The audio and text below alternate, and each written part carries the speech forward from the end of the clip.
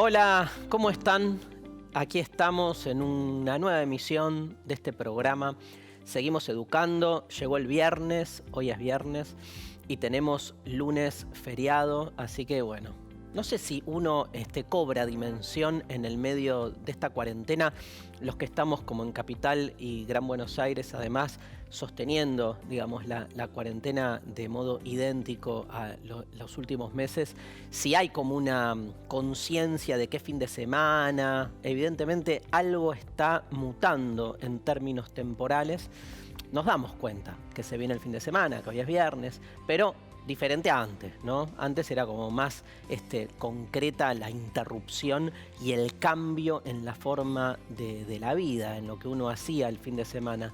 Así que aunque sea como más tranqui, sí llega el viernes y sobre todo que el lunes, digamos, es feriado y que no vamos a estar con ustedes, o sea que nos vamos a despedir por 3 días. Hoy es un día muy particular, el día 12 de junio es el día de los adolescentes y los jóvenes por la inclusión social, la convivencia contra toda forma de violencia y discriminación.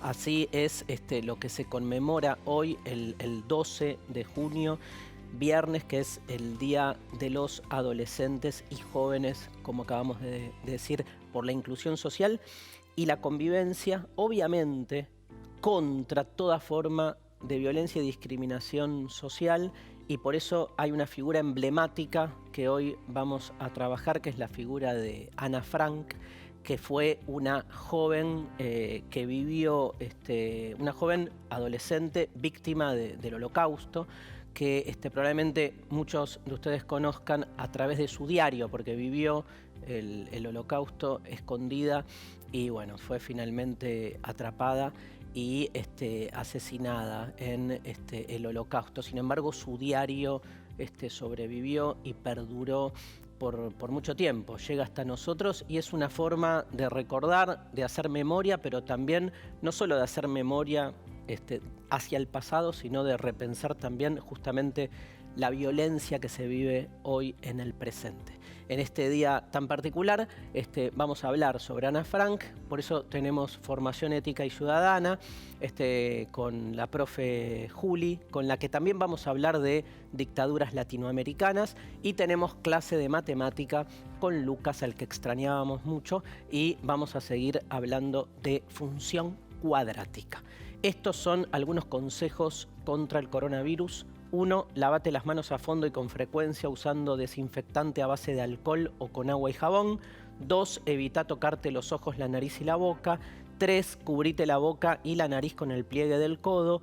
4. Ventila los ambientes. 5. Desinfecta los objetos que usas con frecuencia. Y 6. Si tenés fiebre, tos o dificultad para respirar, llamas por teléfono al 107 si vivís en la Ciudad de Buenos Aires, 148 en el Gran Buenos Aires y a nivel nacional 0800-222-1002. Ahí están los teléfonos y ahora vemos este video y empezamos con la clase de hoy. ¿Cómo prevenir virus respiratorios, incluyendo el coronavirus? Lavarse las manos frecuentemente, sobre todo antes de ingerir alimentos y bebidas y luego del contacto con superficies en áreas públicas. Al toser o estornudar, cubrirse la nariz y la boca con el pliegue del codo. Inmediatamente después, lavarse las manos. Evitar el contacto directo con personas que tengan enfermedades respiratorias. Si viajaste a países con circulación del virus y sos docente, no docente o estudiante, se recomienda aislamiento domiciliario por 14 días, aunque no tengas los síntomas. Podrás solicitar licencia extraordinaria. Seamos responsables para evitar el contagio. Para más información, comunícate con el Centro de Salud de la Universidad Nacional de Río Cuarto. Bien, arrancamos entonces el programa de hoy con la materia FEC, ¿no? Formación ética y ciudadana. Qué mal que estoy. FEC, Formación Ética y Ciudadana, perdón. ¿Cómo estás, Darío? Bien, ¿qué haces, Juli? Muy bien. ¿Qué vamos a ver hoy? Bueno, En el marco de lo que venimos trabajando respecto a las violaciones de los derechos en relación a la participación de los estados como perpetradores de crímenes, de genocidios, hoy vamos a meternos más en nuestra región, en América Latina o en Latinoamérica, y vamos a pensar cómo se fue gestando una estrategia que de forma simultánea creó o confeccionó una serie de Eventos, dictaduras claro. y violaciones. ¿Por qué estás mirando el mapa? Porque por la región, ¿no? Por la región, Sí, porque claro. lo que vemos ahí en naranja se ve todo el territorio en donde hubieron dictaduras o gobiernos de facto, así que vamos a trabajar un poquito con eso. No hubo casos así como excepciones, hubo una misma lógica en Hubo toda una la misma región. lógica en toda Está la bueno región y en entender realidad eso. en donde no se llamó dictadura, de todas maneras existieron formas de gobierno en donde también había atravesado toda una cuestión ideológica que vamos a trabajar un poquito más adelante. Vos ponés siempre el acento en el rol del Estado, porque es lo que hace que esto, digamos, se vuelva el tema del que hablamos. Digamos, Claro, pero en realidad, además de ubicar al Estado en un rol fundamental, lo que nos parece interesante en esta clase en particular es trabajar un poco con el contexto regional Claro. para entender que ni siquiera tiene que ver con un solo Estado, sino que hay todo un mecanismo estratégico que posibilita el funcionamiento de una serie de dictaduras y gobiernos de facto en toda la región. Excelente. Bueno, para empezar, voy a escribir una pregunta Dale. que va a recorrer toda la clase de hoy. Perfecto.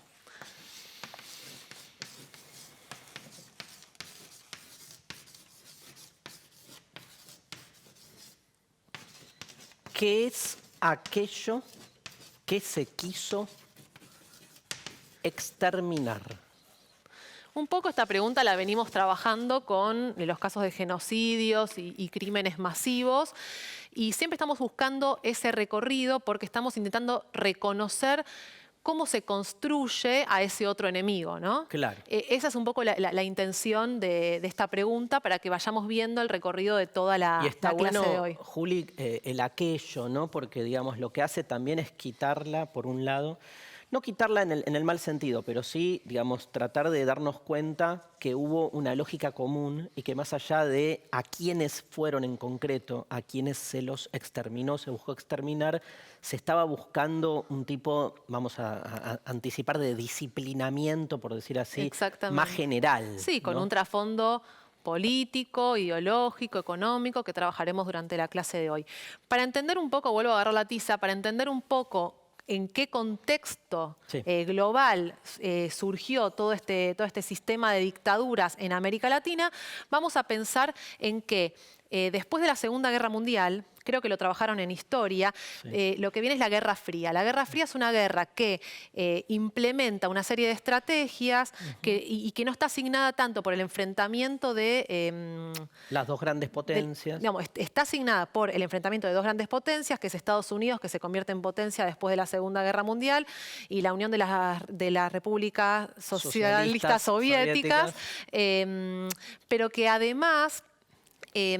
no está asignada por un enfrentamiento entre ejércitos, sino que es una guerra más bien ideológica, ¿no? Sí. Vamos a poner acá Guerra Fría. ¿Lo vimos en historia, sabes cuándo? ¿Cuándo? Ayer. ¿En serio? Sí. Bueno, entonces se van a conformar dos grandes bloques, lo recupero, si te parece. El bloque occidental y el bloque oriental. La palabra fría remite un poco a lo que acabas de explicar, a que nunca hubo un enfrentamiento en caliente, ejército contra ejército, sino... Es una guerra más bien ideológica. Sí. Y que cuando se enfrentan en países alejados. Bien, en el llamado patio trasero, que es América Latina, ¿no? Claro. Y una cuestión es que el bloque occidental va a estar liderado por los Estados Unidos, lo anoto acá, y el bloque oriental por la Unión de las Repúblicas Socialistas Soviéticas. En este sentido, la intención del bloque occidental obviamente va a ser el triunfo o lograr extender en todos los territorios el sistema capitalista, y el bloque oriental va a buscar un sistema más bien comunista, ¿no? Entonces pongo acá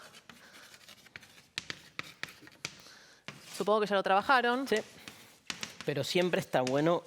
Bueno, escribo muy rápido, les pido disculpas. Así que bueno, digamos, acá estamos hablando del contexto global. Ahora, si nos vamos cerquita de los Estados Unidos, tenemos también una situación particular que es la de la Revolución Cubana, ¿no? Que la vimos en Historia, ¿sabes cuándo? ¿Cuándo? Ayer. Mirá, me voy al globo terráqueo y les muestro, ¿no? Que Estados Unidos y Cuba están muy cerca. Y en Cuba se va a gestar desde 1959, ¿se ve? Sí. Perfecto. Están al toque. Están al toque. Y en Cuba se va a gestar desde 1959 lo que se llama la revolución, ¿sí? Cubana, socialista, con la intención de en algún punto continuar con este comunismo. Claro, ¿sí? Cuba se vuelve aliada de la Unión Soviética, creo que en 1961. Sí, 2 años después, exactamente. Entonces ahí va a estar la puja entre los Estados Unidos y, bueno, la intención de los Estados Unidos de que todo esto no se extienda a lo largo del globo, porque obviamente sus intereses se verían afectados. Correcto. Bien. Hasta acá estamos. Bueno, entonces... Recupero alguna cosita de lo que vieron ayer en Historia. 1 de enero de 1959, Revolución Cubana. Y ahí es donde aparece el ejército guerrillero, ¿sí? Con Fidel Castro y el Che Guevara a la cabeza, buscando modificar el orden establecido digamos, que existía hasta ese momento, porque hasta ese momento había una dictadura, ¿sí? de Batista, no sé si lo trabajaron ayer. Fulgencio Batista. Exactamente. Existía una dictadura y por lo tanto ahí vienen Fidel Castro y el Che Guevara a romper con esto, pero no solamente a romper con esto, sino a establecer un nuevo orden comunista. El tema ahí es que, como bien vos lo explicás, se da como una puja entre ambos países también en relación a la hegemonía que se va a dar en Latinoamérica, ¿no? Porque, digamos, Latinoamérica siempre había estado muy alineada con el proyecto, digamos, de Estados Unidos, y de repente uno de los países emblemáticos por lo cercano, además de Estados Unidos, que es Cuba, se va para el otro lado. Claro, ¿no? Le disputa la hegemonía ideológica y por lo tanto, obviamente, económica, política, social. Ahí es donde los Estados Unidos van a buscar frenar esto con todo un sistema que vamos a trabajar un poquito más adelante. ¿Qué tendrá que ver todo esto con las dictaduras latinoamericanas? Y con de la los formación 60 ética y ciudadana. Y los 70. Con todo, mucho más de lo que uno cree. Por ahí ya empezaron a hilar algunos de estos argumentos. Mientras vamos a ver qué es lo que estaba pasando en esos años 60 con este video de Ver la Historia, el programa de Felipe Piña. Una aclaración: cuando Felipe habla de dictadura, se está refiriendo a la dictadura de Juan Carlos Onganía, la dictadura, la llamada Revolución Argentina. Lo vemos. El presidente Kennedy informa que los soviéticos han puesto en libertad a los 2 pilotos que efectuaron vuelos de reconocimiento en territorio ruso. Recordemos que estamos en tiempos de Guerra Fría y la dictadura busca alinearse con los Estados Unidos en su guerra contra el comunismo. Porque esta gran humanidad ha dicho basta y ha echado a andar. Y su marcha de gigantes ya no se detendrá hasta conquistar la verdadera independencia por la que ya han muerto más de una vez inútilmente. Onganía adhiere a la doctrina de seguridad nacional, que afirma que la guerra ahora es ideológica y está fronteras adentro. Por medio de la propaganda impresa, una ideología perturbadora extraña a nuestro medio ha estado y pretende seguir amenazando a la sociedad argentina: el comunismo. El virus ideológico prende en los ambientes donde impera la vagancia. El mal se propaga también mediante la acción organizada de agitadores profesionales. Gérmenes de esta naturaleza incuban fácilmente en las mentalidades incultas y en la juventud ingenua e inexperta. Fieras sedientas de sangre que están... Con profundo dolor he recibido la noticia de una irreparable pérdida para la causa de los pueblos que luchan por su liberación.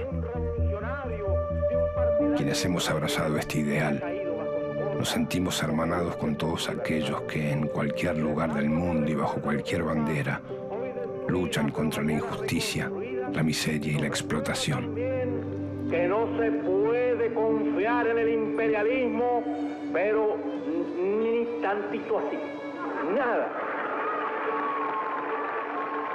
Pero este profundo espíritu de cambio no es exclusivo de nuestro país, sino que es parte de un clima de época.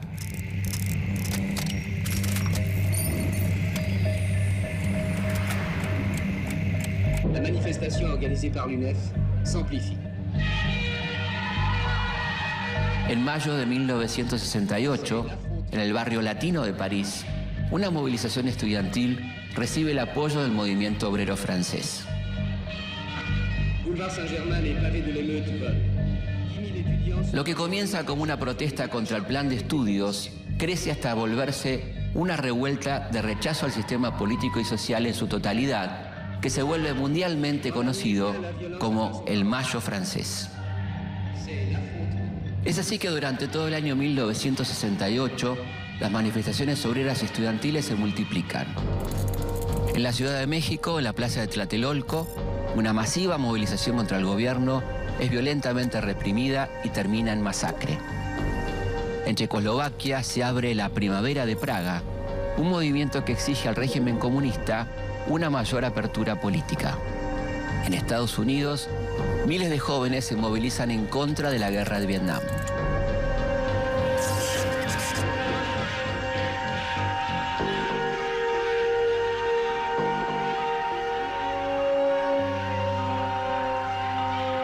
En nuestro país, tanto estudiantes como trabajadores confrontan con la dictadura.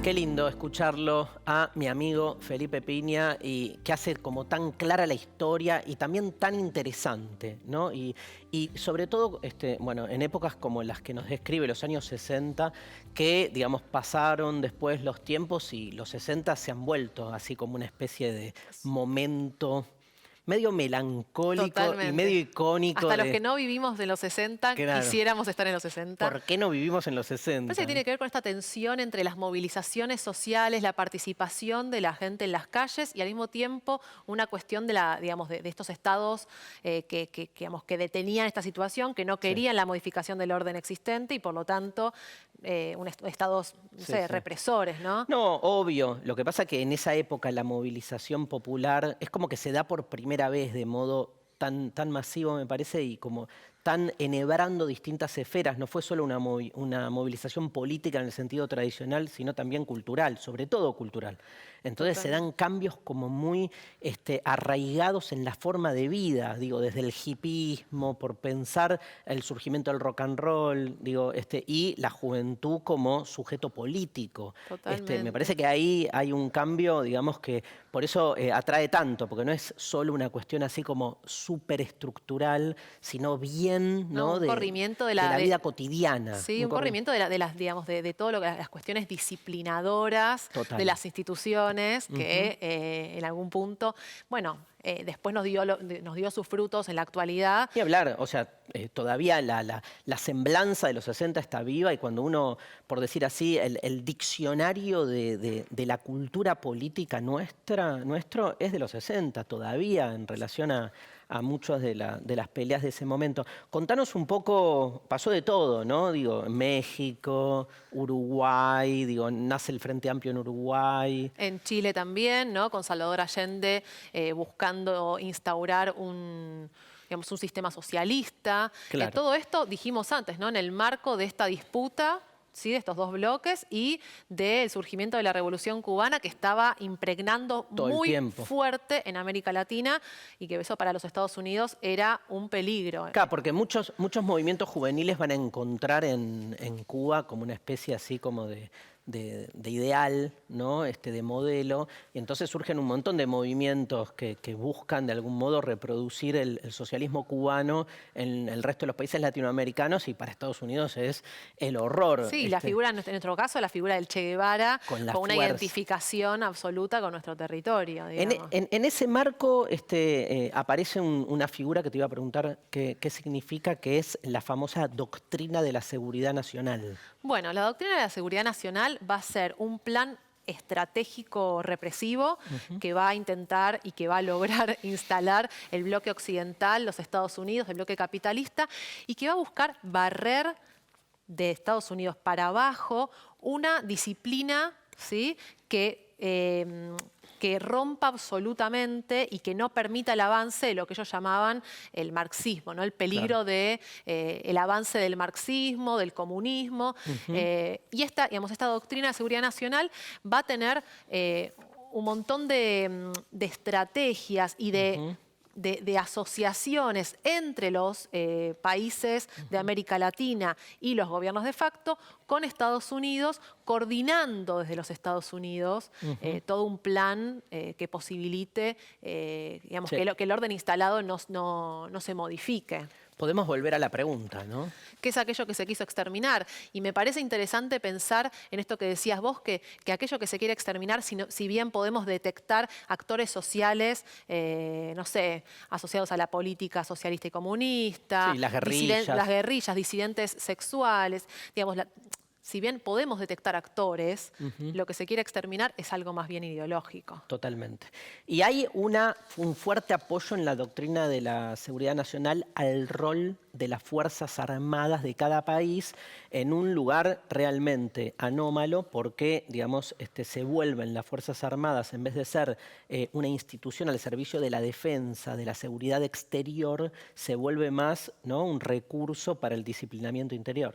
Totalmente, totalmente. Y en ese sentido, las Fuerzas Armadas van a tener el aval de los Estados Unidos, el aval del bloque occidental y el apoyo incluso en la formación de las Fuerzas Armadas para no cumplir con la Constitución. Sobre todo, ¿no? Claro, para ir en contra de los derechos y las garantías constitucionales de nuestro territorio y de toda América Latina, como vemos en el mapa. Incluyendo la violación de los derechos humanos. Exactamente, absolutamente. Y una cuestión interesante a pensar de la doctrina es que va como encerrando a los países latinoamericanos porque no hay escapatoria. Si vos te vas a Uruguay, si te vas a Brasil, esto también está sucediendo, ¿no? Claro. Hay un encierro en este patio trasero de los Estados Unidos que les servía absolutamente a los Estados Unidos para implementar su poder económico, su poder político y triunfar frente al otro bloque oriental que también estaba pujando por una cuestión también ideológica.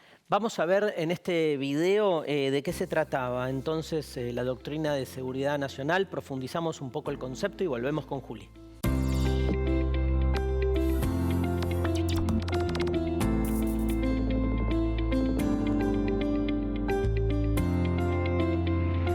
¿Qué fue la doctrina de seguridad nacional? Al finalizar la Segunda Guerra Mundial, comenzó un conflicto denominado Guerra Fría. De un lado, el bloque oriental socialista, bajo el control de la Unión de Repúblicas Socialistas Soviéticas. Del otro, el bloque occidental capitalista, bajo el poder de los Estados Unidos. La doctrina de seguridad nacional fue el nombre que tuvo la estrategia represiva elaborada por los Estados Unidos. Concebía al enemigo como una amenaza que no reconocía fronteras geográficas, sino ideológicas, el peligro de infiltración marxista. Este criterio llevó a diseñar políticas para distintas regiones, entre ellas América Latina, que era considerada el patio trasero de Estados Unidos, una zona de influencia y control exclusivo. Según Robert McNamara, secretario de Defensa de Estados Unidos, el objetivo en Latinoamérica era ayudar a las fuerzas militares a sostener la seguridad interna. El triunfo de la Revolución Cubana en 1959 representaba para Estados Unidos la amenaza de la invasión comunista. A partir de esto, el equipamiento, el financiamiento, el entrenamiento y la formación ideológica de las fuerzas represivas se convertían en un objetivo central del Pentágono. De esta manera, se atribuía a las Fuerzas Armadas un rol que iba más allá del que le otorgaba la Constitución. Se les otorgaba facultades extraordinarias por considerar que la nación se encontraba en riesgo. En nuestro país, el gobierno militar buscó convencer a la población de que la irrupción de las Fuerzas Armadas implicaba la drástica opción entre el caos o el orden. Esta visión de dos campos enfrentados requirió la construcción de un otro que era considerado una amenaza para la comunidad: la subversión. Este término aludía a militantes políticos y sindicales y sus organizaciones armadas, pero en segunda instancia incluía a todo grupo político, militancia o participación gremial opositora, así como los organismos defensores de los derechos humanos. Esta estrategia diseminaba el terror y generaba una parálisis que impedía cualquier tipo de cuestionamiento.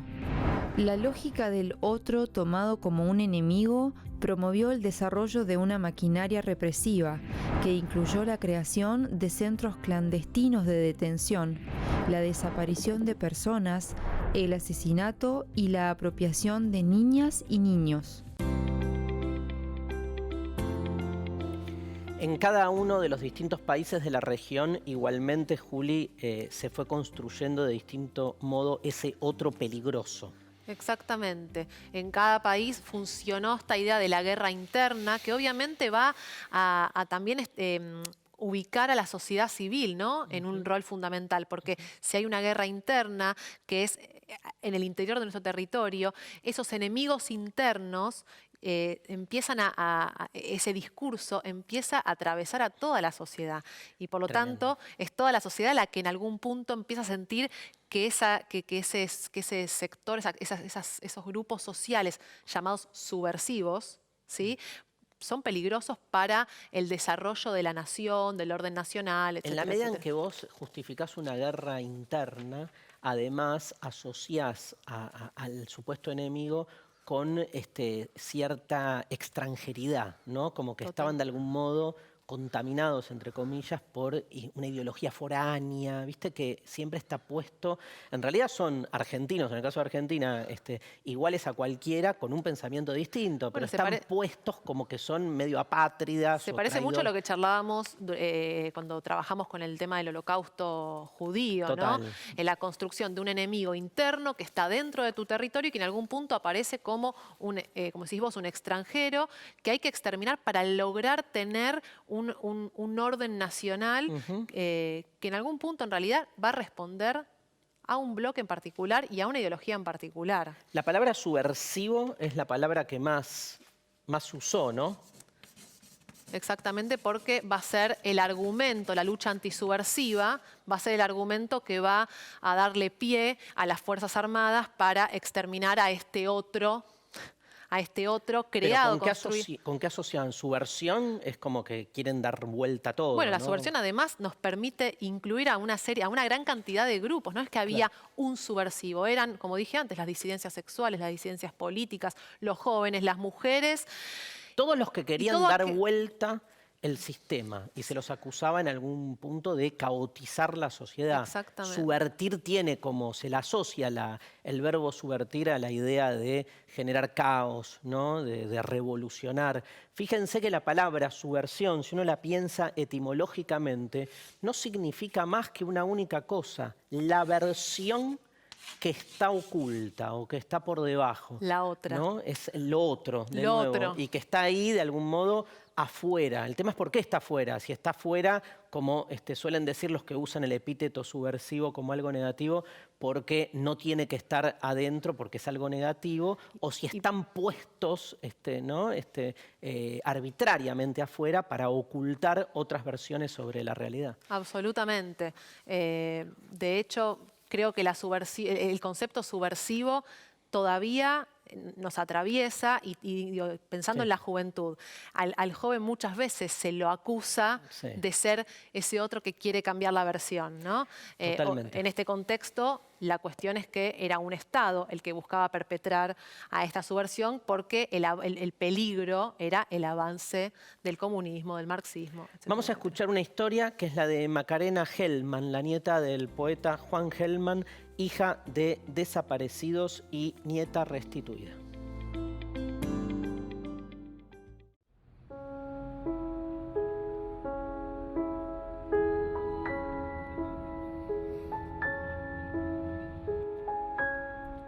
Macarena Hellman tuvo una infancia común en la ciudad de Montevideo, aunque todo el barrio conocía el relato de que la habían abandonado en una canastita Nunca sospechó que era hija adoptiva, y mucho menos que era una niña robada, cuyos padres biológicos habían sido secuestrados y asesinados por la dictadura argentina.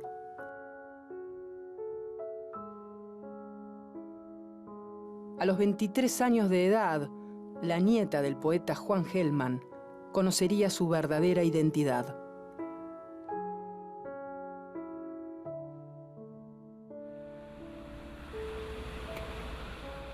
Macarena nació durante el cautiverio de su madre, María Claudia García, trasladada al Uruguay en el marco del Plan Cóndor y todavía desaparecida. Los restos de Marcelo Gelman, su padre, fueron encontrados en el Canal de San Fernando en 1989.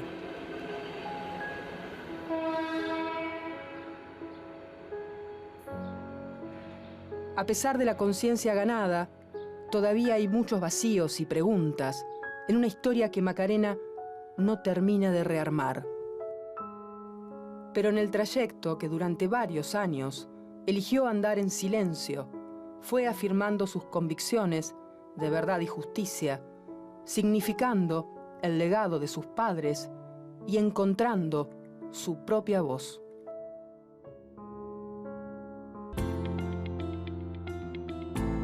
La madre de Macarena Gelman, María Claudia García Irureta Goyena, fue trasladada en forma clandestina desde Buenos Aires a Montevideo en un avión de la Fuerza Aérea Uruguaya en la segunda semana de octubre de 1976. Dio a luz en Uruguay. Nada, nos vamos al recreo y seguimos hablando con Juli en esta excelente clase para tomar conciencia de dictaduras latinoamericanas.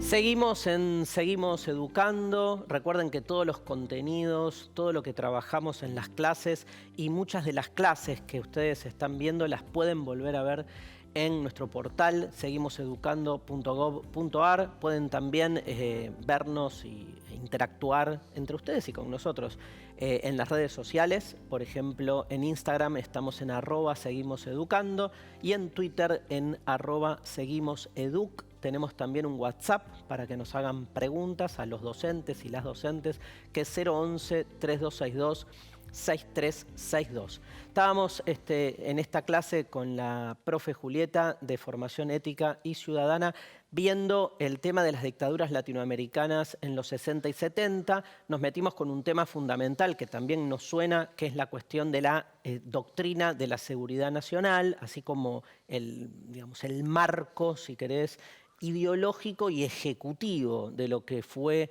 va a ser, digamos, lo que de algún modo sostenga, ¿no?, toda esta expansión de dictaduras latinoamericanas en este tiempo. Y nos está faltando otra categoría archiconocida para hablar de este tema que siempre aparece, que es el Plan Cóndor. Exactamente. El Plan Cóndor se inscribe y es posible ejecutarlo dentro de esta doctrina de seguridad nacional que vos mencionás.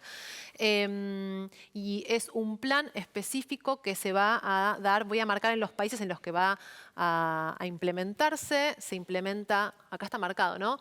En Brasil, agarro los papelitos. ¿Eso es un cóndor? Es un cóndor. Me encanta. En Bolivia. Pedagogía pura. En Paraguay, si van viendo las fechas, todas las dictaduras están dentro de este periodo que vos mencionabas, 60, claro, 70, 80, ¿no? Acá tenemos a Chile, Argentina y Uruguay, ¿sí? Esto que decís vos, que igual si alguien, o sea, estaban todos los países alineados dentro de una misma lógica. Claro, el Plan Cóndor se implementa en estos países en el marco de la doctrina de seguridad nacional que, si vemos lo que está en naranja, serían los países que en ese contexto estaban atravesando dictaduras. Claro.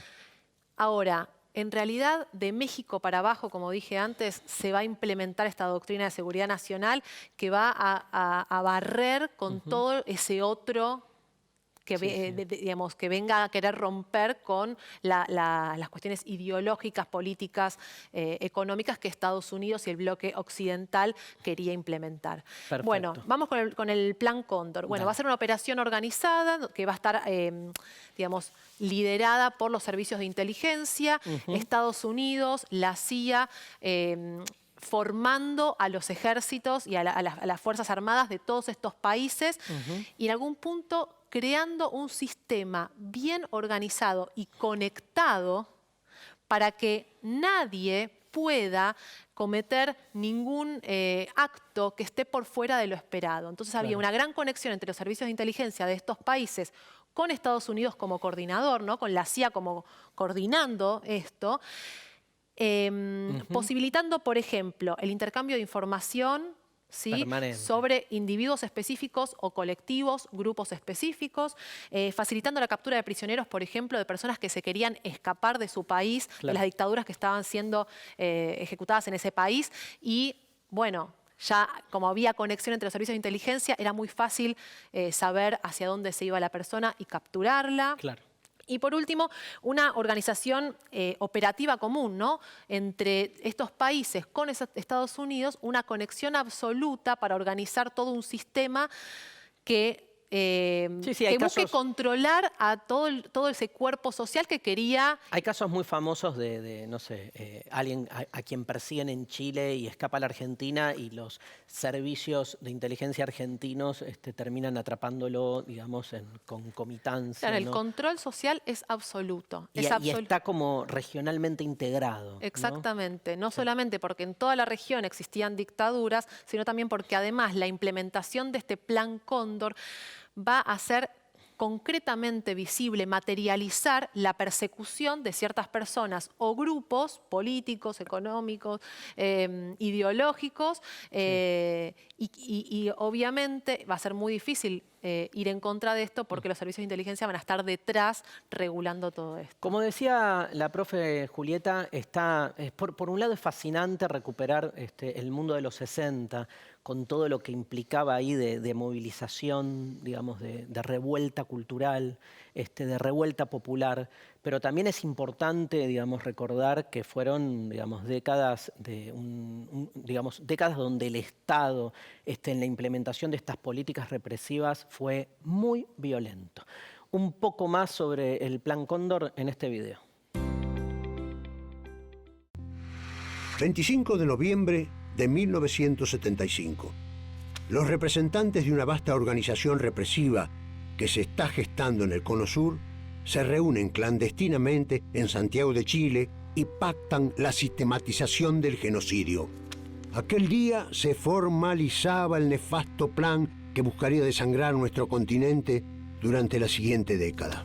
El Plan Cóndor fue el operativo de inteligencia y coordinación de operaciones acordado entre los servicios de seguridad de las dictaduras militares de Chile, Bolivia, Paraguay, Brasil, junto con los entonces gobiernos de derecha de Uruguay y Argentina. Se va a aplicar la ley marcial a toda persona que se le sorprenda con armas o explosivos. Va a ser fusilado de inmediato. El encuentro había sido convocado por Manuel Contreras, director de la Policía Secreta chilena. Pero sus verdaderos ideólogos se encontraban un poco más al norte. En el marco de la doctrina de seguridad nacional y en su lucha contra el comunismo, Estados Unidos no solo fomentó el plan, a través de agentes de la CIA brindó su apoyo y asesoramiento. La cooperación entre las dictaduras regionales permitió a sus agentes desplazarse libremente para secuestrar, torturar y asesinar a ciudadanos considerados subversivos. En nuestro país, el centro clandestino de detención Automotores Orletti fue su base principal. En 1992 fueron descubiertos en Paraguay los llamados Archivos del Horror, más de 700.000 páginas de documentación que atestiguan la complicidad entre la inteligencia estadounidense y los gobiernos de facto de la región.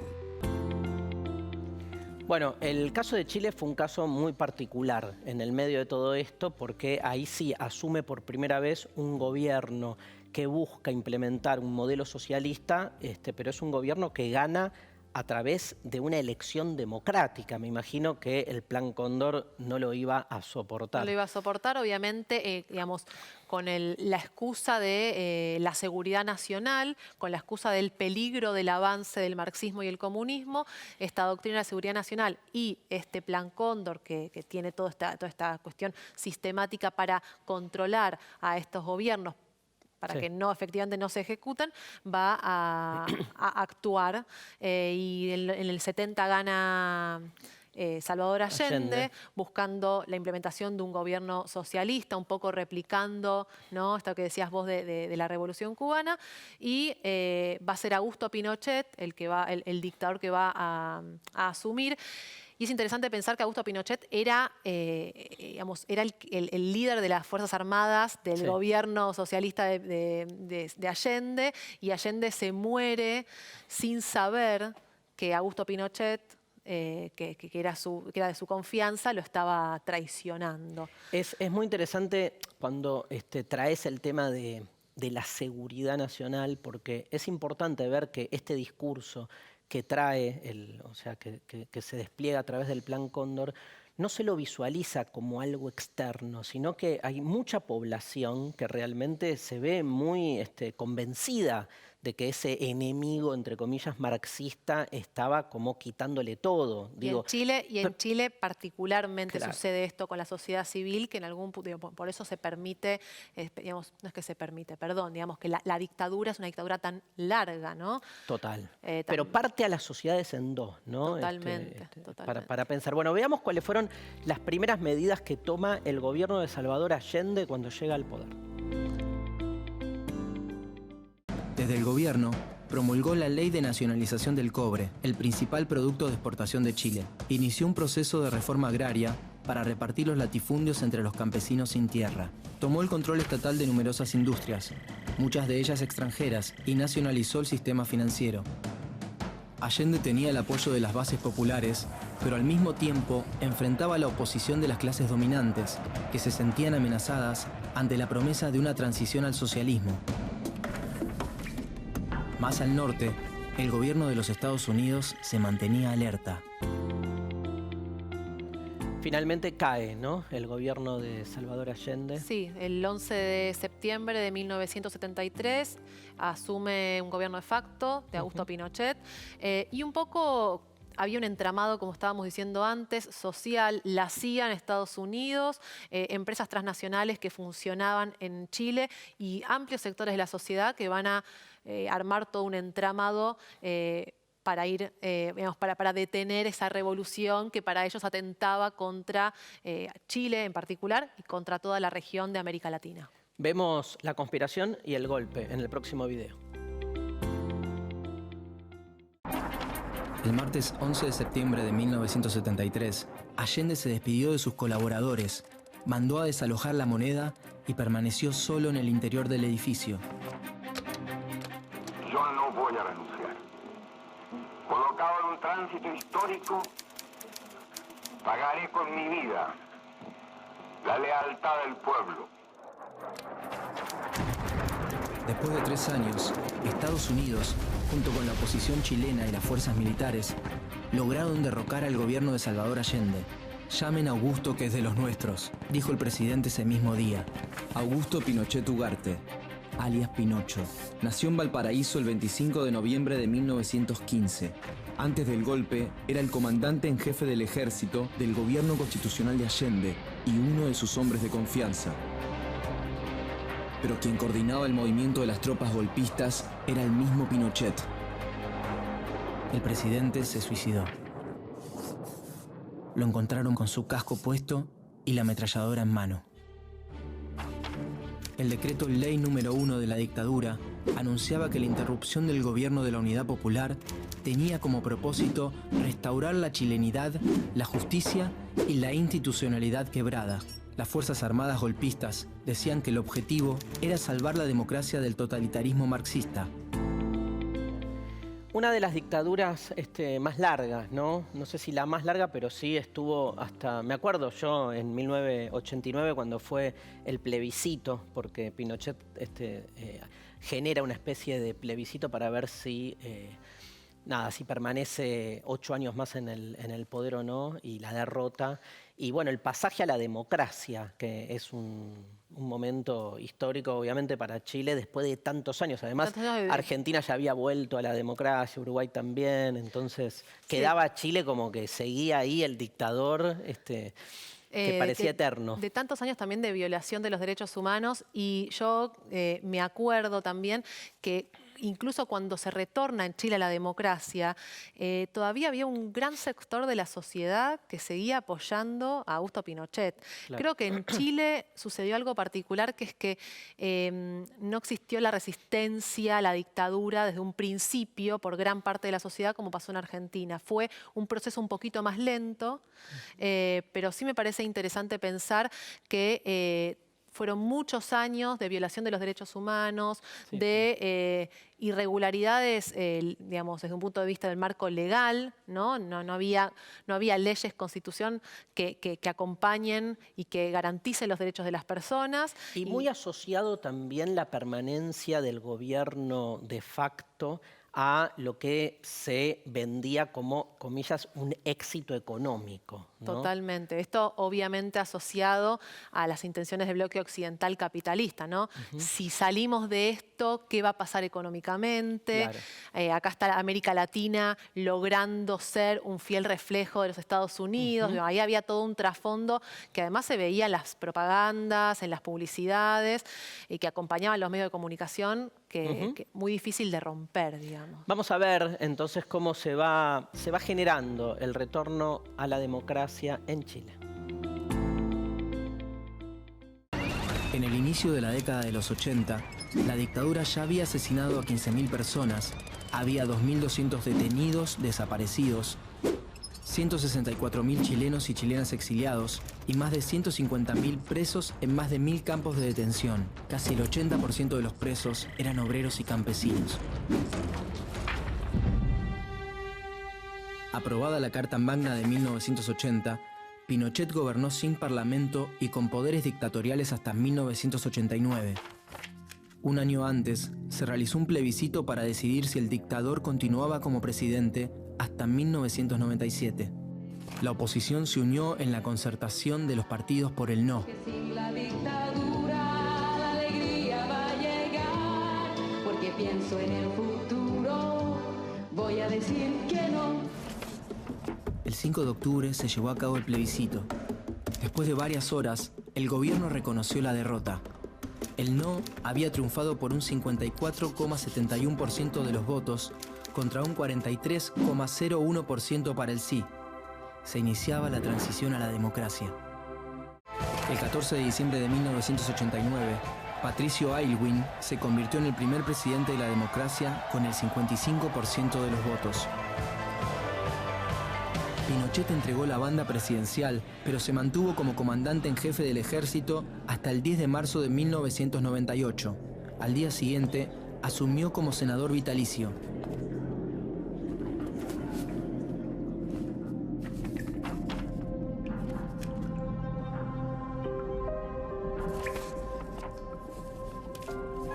El terrorismo de Estado, encabezado por Augusto Pinochet, impuso una política represiva que profundizó la concentración de la riqueza y aumentó las desigualdades sociales y económicas. En el momento de su muerte, Augusto Pinochet contaba con una orden de detención internacional en curso y con más de 400 querellas en su contra en tribunales de otros países por crímenes de lesa humanidad. Las víctimas de la dictadura chilena se contabilizan en más de 40.000. Como les contábamos al inicio del programa, hoy 12 de junio es el Día de los Adolescentes y los Jóvenes por la Inclusión Social, la convivencia contra toda forma de violencia y discriminación. Me parece que es una fecha, en relación a lo que veníamos viendo, que tiene que ver justamente con esta pregunta que vos pusiste en el pizarrón, que tiene que ver justamente con eso, ¿no? Con la negación y exclusión del otro, y ni hablar su exterminio. Interesante que este día está puesto en función de una figura muy particular que muere en el Holocausto, que es Ana Frank, ¿no? Y que Ana Frank obviamente tenía 12 años, creo, ¿no? Sí, 12, 13 años. 12, 13 años. En el diario Ana Frank aparece su edad 13, pero... Claro, y que gran parte de la gente que ha muerto en estos años 60 y 70 producto de las dictaduras han sido jóvenes, porque la de los 60, como decíamos antes, pone a la juventud como sujeto de la política.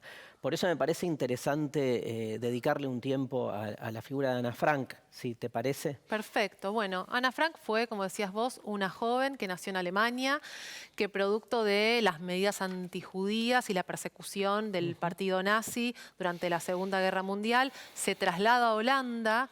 En un momento ella se tiene que esconder en las oficinas de su papá, donde trabajaba su papá. Se esconde ella, su familia, su papá, su mamá y sus hermanos, y comparten ese espacio después con otras familias. Bueno, ella se esconde y en ese escondite empieza a escribir un diario en donde va relatando todo lo que le está sucediendo. En un principio, ese diario en el libro cuenta que se lo habían regalado. Después ella se da cuenta que eso puede ser un libro. En un momento escucha, creo que en una radio, que en el 44 escucha que es posible que algunos de los testimonios se retomen, y ella empieza a trasladar lo que estaba escribiendo en su diario íntimo y lo empieza a convertir ella en un libro. Posteriormente, bueno, son atrapados en 1944, son atrapados, los llevan a un campo de concentración y a Ana Frank la matan. Y el único que sobrevive de la familia es su papá, Otto, y es él el que va a editar el libro y lo va a distribuir como un testimonio clave de la juventud y de lo que la juventud y toda la población judía estaba sufriendo y había sufrido durante el régimen nazi. En Argentina existe un centro de Ana Frank, es una organización miembro de la Casa de Anne Frank en los Países Bajos. Abrió su puerta el 12 de junio del 2009 en conmemoración del 80 aniversario del nacimiento de Ana Frank. Es la primera institución miembro de la Casa de Ana Frank en América Latina. El equipo de jóvenes voluntarios del centro Ana Frank acompañan a los grupos que van ahí, a los visitantes, y hacen una recorrida por este centro y les van contando un poco la historia y van viendo todo lo que el lugar ofrece. Vamos en una entrevista por este día 12 de junio, vamos a hacer una entrevista con Lara Braslaski, que es guía del centro desde el año 2018 y estudiante de Ciencia de la Educación de la UBA. Hola Lara, ¿cómo estás? Hola, ¿todo bien? ¿Ustedes? Bien, bien. Bueno, gracias por estar, gracias por participar. Te queremos preguntar, bueno, vos sos guía en el Centro Ana Frank, contarnos o sea, el que va a visitar el centro, ¿con qué se encuentra allí? Bien, por lo general nosotros tenemos una cierta cantidad de proyectos que van alrededor de todo el país, algunos a Uruguay y Paraguay, pero lo más central es la visita que hoy en día la remodelamos para que se pueda adecuar a los tiempos de cuarentena. Así que hacemos visitas en vivo por Zoom, que cualquier persona que esté interesada puede escribir a visitas.centroanafrank@gmail.com o a cualquiera de nuestras redes. Y la idea de esta visita es que los chicos puedan, a partir de la memoria del Holocausto y de lo que pasó en nuestra última dictadura cívico-militar y usando el testimonio de Ana Frank, puedan recapacitar sobre las maneras en las que nos relacionamos en la actualidad para evitar mayor violencia y discriminación en nuestra sociedad. Perfecto. Y antes de la cuarentena, o sea, ¿qué es como un museo el centro? ¿Hay objetos? ¿Cómo es? Sí, es un museo que queda en el barrio de Coglan. Tenemos 3 salas. Una es la línea del tiempo, donde contamos qué fue el nazismo y cómo fue que fue avanzando sobre Europa. Y la historia de Ana Frank la tomamos como un punto de partida para contar no solo lo que le hicieron, sino lo que ella hizo y cómo ella resistió a esa violencia. Una sala que es la recreación escenográfica del escondite donde estuvieron los Frank escondidos durante casi 2 años y después son encontrados y el único que sobrevive es Otto Frank. Y una sala de dictadura donde contamos algunas similitudes que encontramos entre el nazismo y nuestra última dictadura cívico-militar argentina. Pero lo que tiene como tronco principal el museo es contar desde la pedagogía de la esperanza. Entender que si bien todo lo que fue pasando fue muy grave y terrible y no queremos que se vuelva a repetir, ¿qué podemos hacer hoy en día con eso? La historia de Ana fue tremenda, ¿no? Pero, y sin embargo, bueno, quedó su escrito, que es lo que de algún modo posibilita que hoy no solo tengamos testimonio, sino, como decís vos, veamos en concreto la vida de una joven en ese momento, ¿no? Sí, nosotros siempre remarcamos que no nos tenemos que olvidar que era una chica de 13 años que vivió 2 años escondida, un momento de su adolescencia que es tan importante, y por eso, a partir de entender que era una joven que resistió mediante la escritura y nos dejó un texto, nosotros lo tomamos como legado, como forma de tomar fuerza, si se quiere, para entender la importancia de los jóvenes en la actualidad, no solamente que somos el futuro, sino que también somos el presente. Entonces, desde el museo lo que se entiende es que los protagonistas somos los jóvenes. Entonces, los guías somos todos guías voluntarios que tenemos entre 15 y 25 años. Entonces, todo va alrededor de entender que los jóvenes siempre tuvimos importancia, que Ana fue una joven que tuvo ese final trágico, pero que resistió durante 2 años, y tomar un poco de ejemplo sus escritos para entender la importancia hoy en día de los jóvenes. Te va a preguntar ahora Juli algo.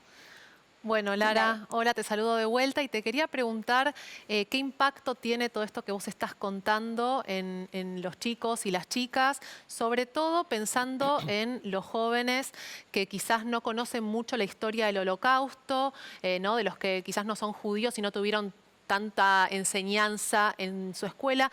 ¿Qué impacto tiene y qué identificación sienten los chicos a la hora de escuchar este relato?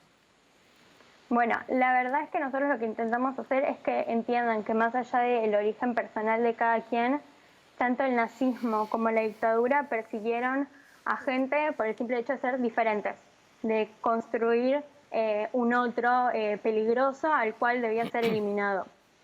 Entonces, entendiendo eso, cuando lo llevan a la actualidad, entendemos que siguen pasando esas situaciones.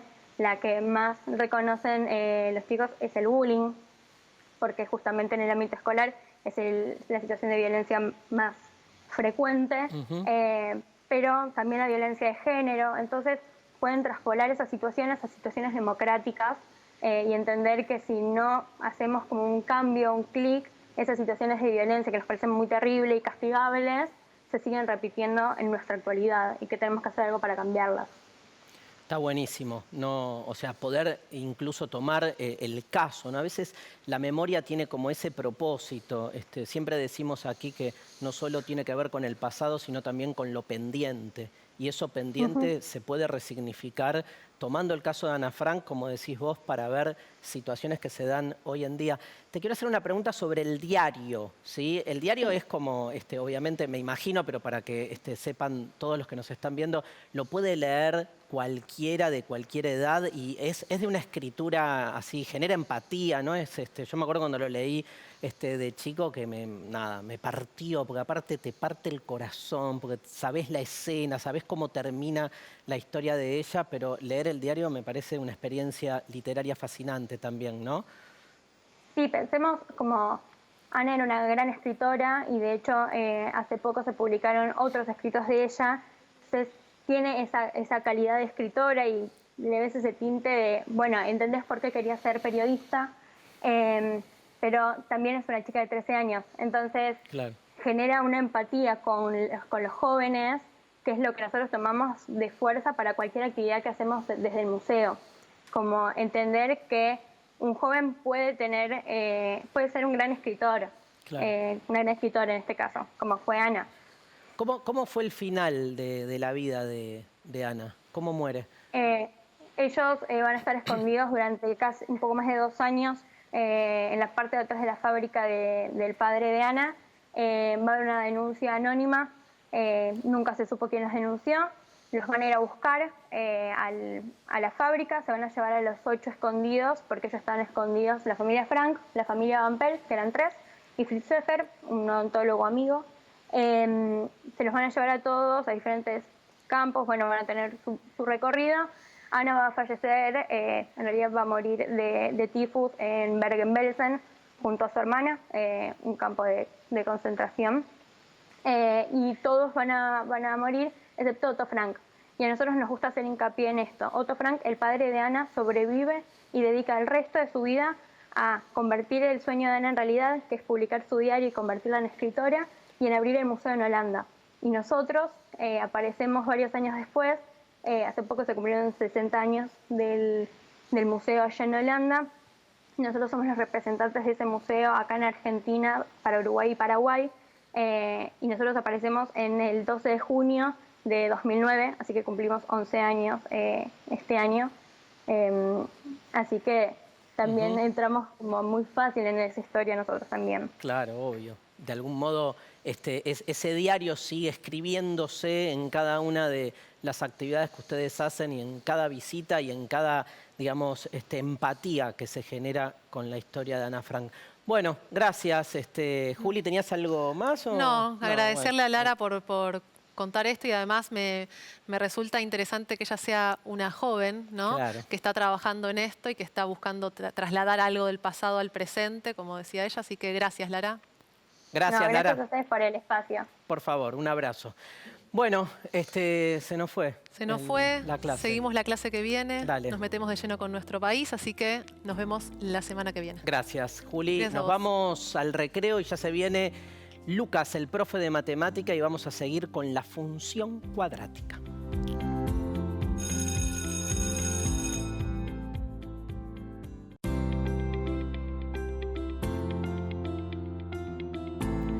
Bien, después del recreo, cambio de materia, nos metemos en el fascinante mundo de la matemática. Al fin. Bien, pero mirá cómo lo presenté.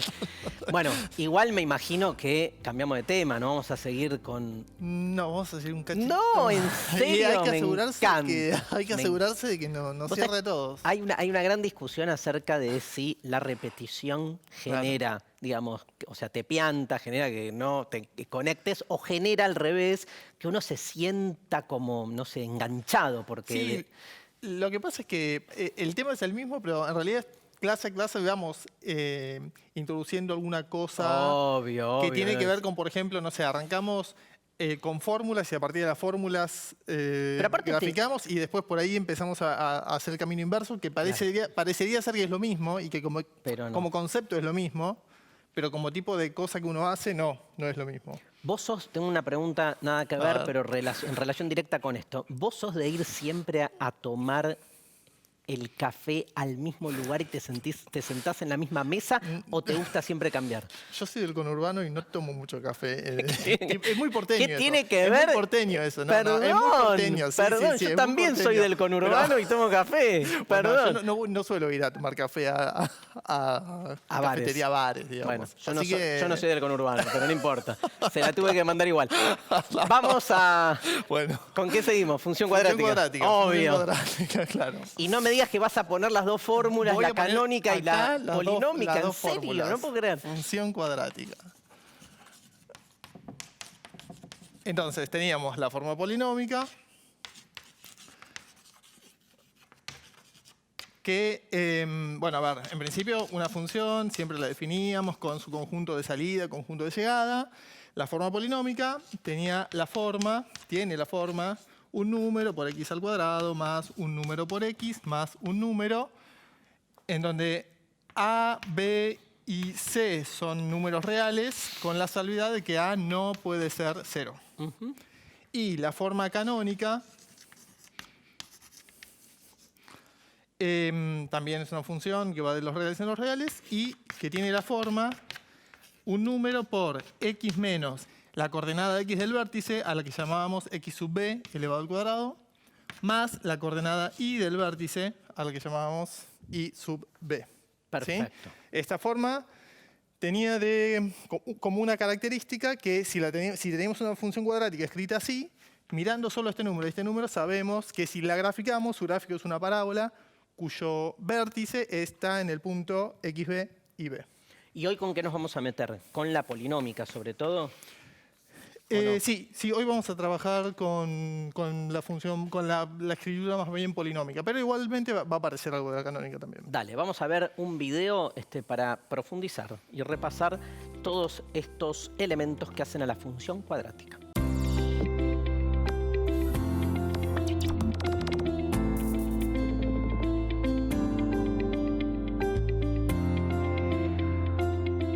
Función cuadrática. Las funciones cuadráticas pueden ser expresadas en forma canónica, es decir, como f de x igual a por x menos e al cuadrado más h. E y h pueden tomar cualquier valor, y a puede tomar cualquier valor excepto el 0. Al graficar funciones con esta forma en un sistema de ejes cartesianos, obtendremos parábolas. Si a es positivo, la parábola tendrá las ramas hacia arriba y por lo tanto tendrá un mínimo. Si a es negativo, el gráfico de la función será una parábola con las ramas hacia abajo, por lo que tendrá un máximo. El punto máximo o mínimo se encuentra en x igual e. La ordenada de ese punto será y igual h. Dicho de otro modo, la parábola que es gráfico de la función tiene vértice en el punto EH. Bien, entonces, ¿cómo seguimos? Ya, vamos a poner un ejemplo de una función cuadrática en forma canónica y la vamos a ver cómo se escribe en forma polinómica, algo perfecto, más o menos simple. A ver, el ejemplo que voy a poner es g de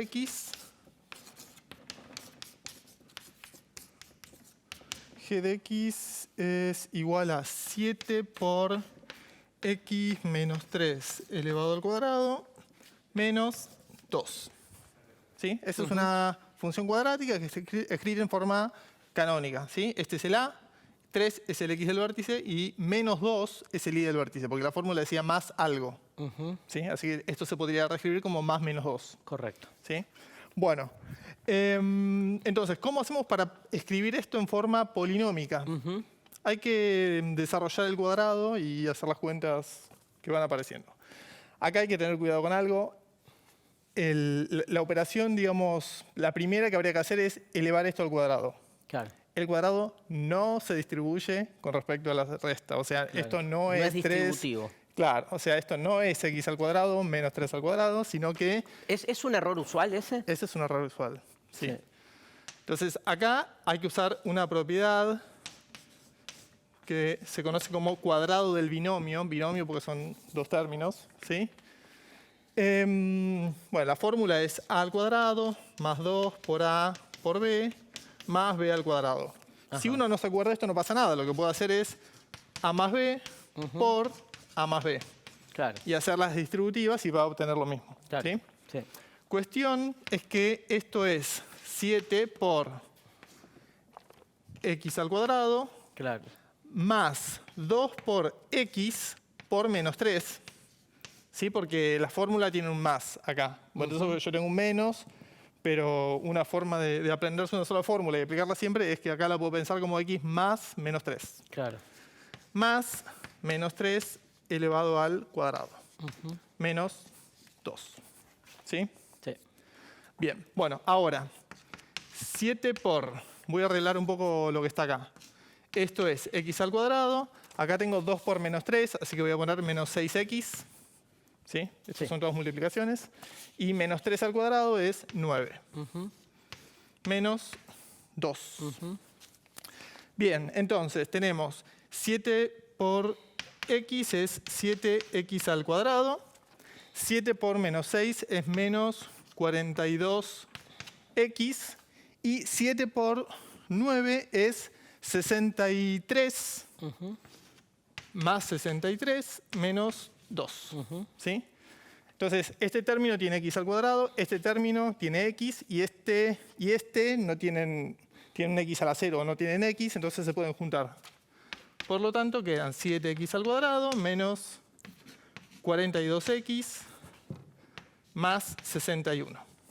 Esto es una función cuadrática escrita de la forma a por x al cuadrado más b por x más c, en donde a es 7, b es menos 42 y c es 61.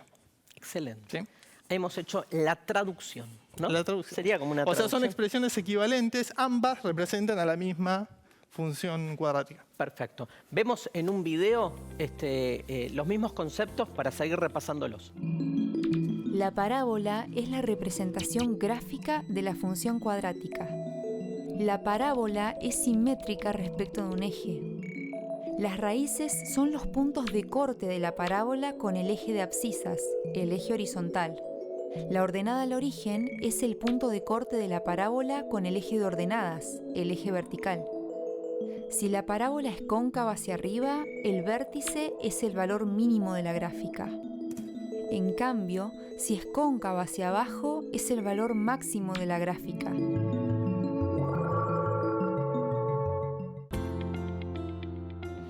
Bien, ¿y qué ejercicio vamos a hacer ahora? Qué lindo eso que está pegado. ¿Te gusta? Sí. No lo escribí yo, por eso está lindo. Láminas. Sí, mira, vamos a hacer así. Voy a escribir acá una función a la que voy a llamar g. Como siempre, lo de los reales en los reales. Y su fórmula, su expresión es g de x igual a x al cuadrado menos 2x menos 8. ¿Sí? Ok. Entonces, la consigna es todo esto. Tenemos esta función y tenemos acá algunos ítems en donde se nos van preguntando cosas, así que vamos a ver si juntos podemos ir resolviendo. Dale. Bueno, yo acá escribí... No, G no, R, perdón. R es como se llama la función, me equivoqué. Le voy a poner R. Bien, ítem A. Calculemos R de 1 y R de menos 1. Acá es R paréntesis 1 y R paréntesis menos 1. ¿Qué quiere decir eso? Eso quiere decir que tomo el 1 y el menos 1 como dominio de la función y me fijo a qué imagen lo envía. ¿Eso cómo se hace en la cuenta? Bueno, se hace reemplazando x con 1 y obtengo R de 1 y reemplazando x con menos 1 y obtengo R de menos 1. Exacto. Entonces, para el ítem A, R de 1 va a ser igual a 1 al cuadrado menos 2 por 1 menos 8. Esto da 1 menos 2 por 1 es menos 2, así que esto da menos 1, menos 8, menos 9. O sea, R de 1 es menos 9. Exacto. R de menos 1 sería menos 1 entre paréntesis al cuadrado. ¿Sí? Claro. Ojo que toda la x vale menos 1. Menos 2 por menos 1, menos 8. Y esto es menos 1 al cuadrado, es 1 positivo. Menos 2 por menos 1 es 2 positivo, así que es 1 más 2, 3. 3 menos 8 da menos 5. ¿Sí? O sea que R de menos 1 es menos 5. Bien, hasta acá entonces respondimos al ítem A. ¿Sí? Vamos al ítem B. Dice, veamos si los puntos, y nos da dos coordenadas, ¿sí? O sea, el punto menos 3, 7. ¿Qué quiere decir punto menos 3, 7? Los vértices, ¿no? No. Si los puntos dice, cualquiera, menos claro, 3... Claro, el tema es, bueno, esto se lee como un punto en donde menos 3 es la coordenada de x y 7 es la coordenada de y. ¿Sí? Y el otro punto tiene coordenada de x3 y coordenada de y7. Siempre la primera corresponde al x, la segunda al y por convención. Entonces la pregunta es si pertenecen al gráfico de R. No vamos a hacer el gráfico de R para responder a eso. ¿Cómo podríamos saber si estos puntos pertenecen al gráfico sin hacer el gráfico? Bueno, a ver, que un punto pertenezca al gráfico de la función quiere decir que cuando x toma el valor de su coordenada x, el resultado toma el valor de su coordenada y.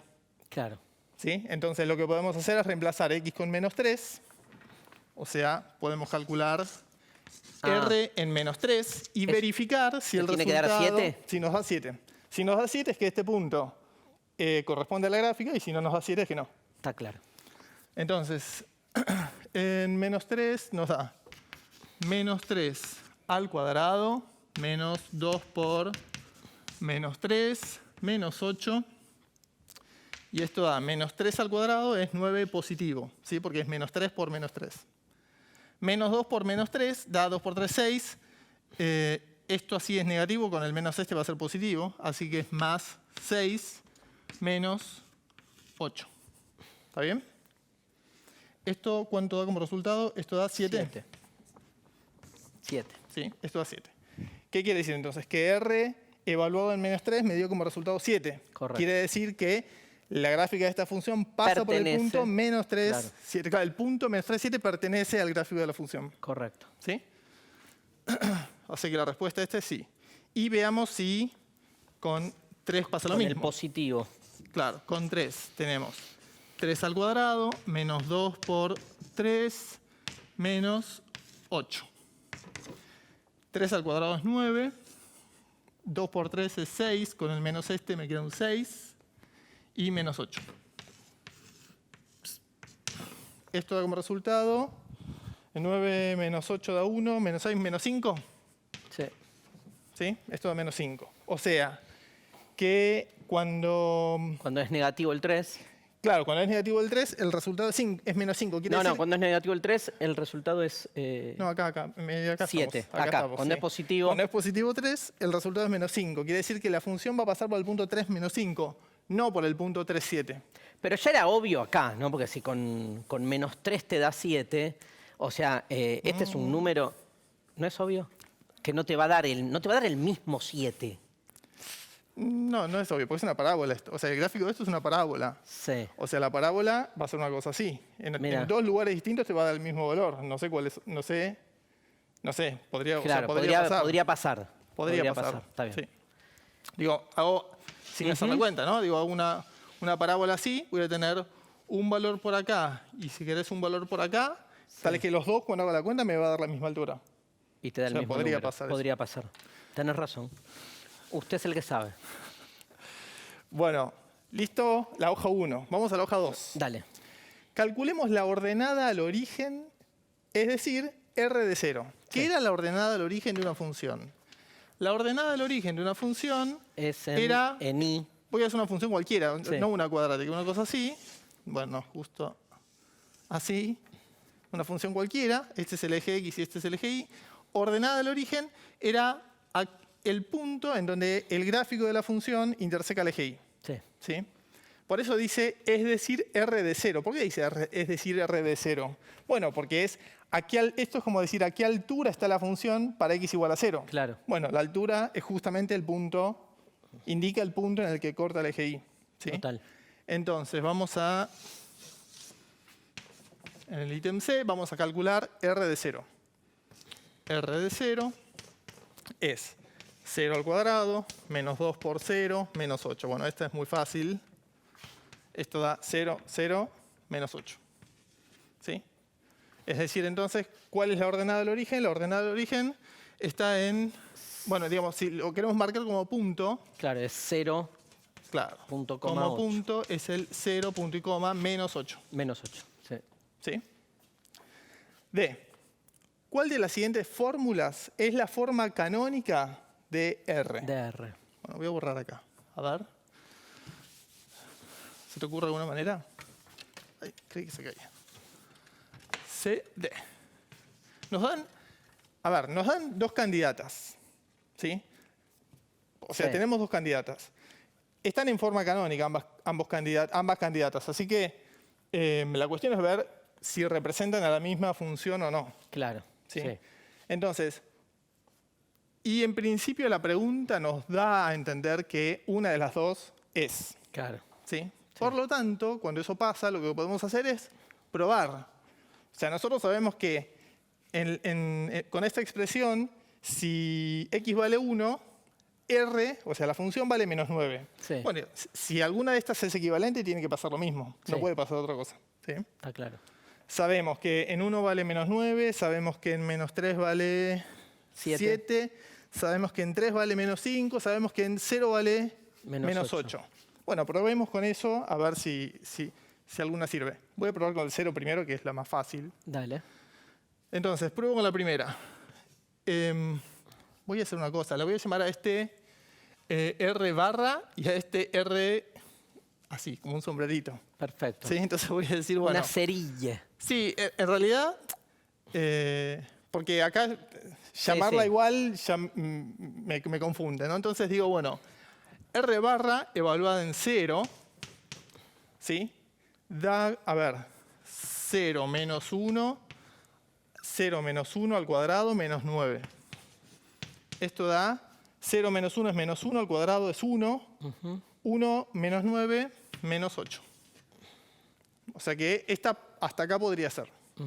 Voy a ver la otra. La otra expresión. Tenemos x más 1 al cuadrado menos 9. O sea, 0 más 1 al cuadrado menos 9. 0 más 1 es 1 al cuadrado, 1, 1 menos 9, menos 8. Bueno, no nos sirvió mucho esto porque ambas funcionan. ¿Sí? Claro. O sea, la idea sería que una ande y la otra no, y entonces digo, ya está, la que no anda, la descarto. Excelente. Vamos con otro valor. Hay que elegir otro de estos, podemos elegir el 1. ¿Sí? Voy a borrar esto de acá. Dale. ¿Sí? Elegimos el 1 que ya tenemos. Que ya sé que vale menos 9. En la función R vale menos 9. Claro. Sí, así que voy a hacer R barra en 1 es 1 menos 1 al cuadrado menos 9. 1 menos 1 es 0, 0 al cuadrado 0, 0 menos 9 menos 9. Funciona. Claro. Veamos la otra. R, no sé, cuñuflo, no sé. Ay, cerilla, le dicen. Bueno, sí. No, la cerilla es para abajo, nada que ver. No sé cómo se le llama eso, pero se usa a veces. La cerilla es esta, la que se pone en la C, ¿viste? Ah, claro. Sí, que se usa en el portugués. En portugués, claro. Bueno. Y en francés. Creo. Entonces, no nos metamos en lo que no. Nada.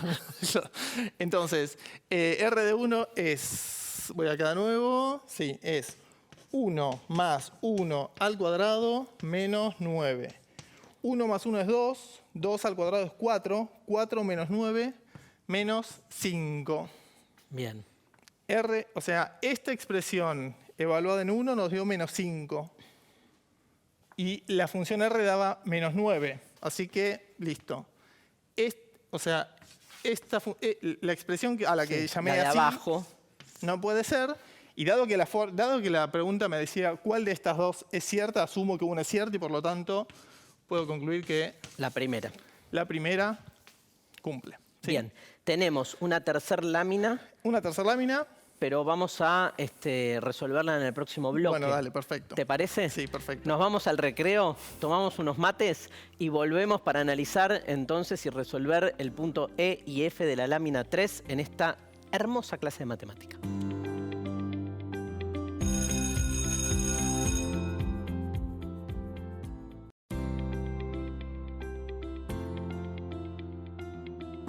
Seguimos educando. Tenemos pendiente la lámina 3 y dale. Calculemos el vértice de la función y analicemos si la función tiene raíces y si las tiene, determinemos obviamente cuáles son esos valores. Bien. Entonces, habíamos dicho que de las dos expresiones que teníamos, esta era equivalente a la que teníamos originalmente la consigna. Entonces, ¿cuál es el vértice de la función? Bueno, teniéndola escrita en forma canónica es muy fácil. El vértice es 1, es el x del vértice, y menos 9 es el y del vértice. Correcto. ¿Sí? Así que vamos a decir, en el punto E, el vértice es, habíamos dicho 1 menos 9. ¿Sí? Sí. Bien. Listo, el punto E. Punto F. Analicemos si la función tiene raíces y si las tiene, determinemos los valores. Bueno, a ver. ¿Cómo podemos primero analizar si tiene raíces? Sabemos que el vértice está en el punto 1 menos 9. Podemos imaginarlo y si no, el punto más o menos gráfico. 1 acá, 1, 2, 3, 4, 5, 6, 7, 8, 9. Por acá, este es el eje X, este es el eje Y, por ahí va a estar el vértice. ¿Sí? ¿Y cómo es la forma de la parábola? O sea, ¿va hacia arriba o va hacia abajo? Bueno, hay que mirar el coeficiente principal, que es el A. Si es positivo, va hacia arriba, y si es negativo, va hacia abajo. Sí. Como es positivo, porque es un 1, no hay nada escrito, así que es un 1, Sí. entonces va hacia arriba. Y si el vértice está acá y la parábola tiene ramas hacia arriba, seguro que va a tener raíces porque va a cruzar a X. Claro, las raíces son los puntos donde el gráfico corta el eje X. ¿Sí? Bien, así que la respuesta a esto va a ser que sí, a partir del análisis que hicimos recién. Y la cuestión es, bueno, ¿y cómo las determinamos? Qué difícil. Bueno, claro, porque uno podría graficar más o menos esto y decir, bueno, más o menos van a estar por acá, pero siempre queremos un poco más. Entonces lo que vamos a querer hacer es ver qué cuenta hacemos para saber cuáles son los valores exactos de X para los cuales la función vale 0. Claro. Entonces, eso es lo que hay que hacer. Hay que ver para qué valor de X la función vale 0. Claro. O sea, voy a tomar la expresión que habíamos visto que funcionaba, que era X menos 1 al cuadrado menos 9, y vamos a ver para qué valores de X esto es igual a 0. Claro. ¿Sí? A ver, solo de analizar esto que analizamos acá recién, sabemos que va a haber dos valores. Porque esto es una cosa así, y entonces va a cortar en dos lugares. Por lo tanto, sería razonable esperar que ahí haya dos valores que satisfagan esa igualdad. ¿Sí? Bueno, no vamos a hacer una técnica muy elaborada. Analicémoslo, que a veces eso es más fácil que ponerse a despejar o hacer cuentas. Tengo un número al cuadrado menos 9 igual a 0. Entonces, esto tiene que valer 9. Tiene que valer 9. ¿Sí? Para que 9 menos 9 me dé 0. Entonces, la pregunta que me puedo hacer es, ¿cuánto tiene que valer esto para que esto dé 9? Claro. ¿Sí? X menos 1 al cuadrado me tiene que dar 9. Entonces me pregunto, bueno, ¿qué número al cuadrado me da 9? Y una respuesta posible es 3. Claro. ¿Sí? Entonces yo puedo decir, bueno, X menos 1 debería valer 3. Si X menos 1 vale 3, entonces 3 al cuadrado es 9, 9 menos 9 es 0. ¿Sí? Por lo tanto, una posibilidad es que X valga 3 más 1, o sea que X valga 4. Entonces cuando voy acá, digo, seguramente 1, 2, 3, 4. Seguramente por acá. Este gráfico lo estoy haciendo, pero en realidad uno, si tuviera muy no agilizado todo esto, claro, podría no utilizarlo, ¿no? Entonces ahí va a tener una raíz. Y la otra, bueno, la otra, uno podría decir, bueno, X menos 1 también podría ser menos 3. Y menos 3 al cuadrado también da 9. Entonces la otra posibilidad es hacer esto mismo, pero planteando que X menos 1 valga menos 3. Claro. Ese es un camino. Otro camino es decir, bueno, pero acá no había una parábola y la parábola no era simétrica. Sí. Y Entonces, está el eje de simetría. Yo sé que corta en 1. En 1 está el eje de simetría. Si en 4 hay una raíz, la otra va a estar 1 menos 3. Claro, de acá me corre 1, 2, 3, 1, 2, 3. O sea que acá, o sea en menos 2, va a estar seguramente la otra raíz. Rapidísimo, lo resuelvo de esta forma para ver que da lo mismo. Claro.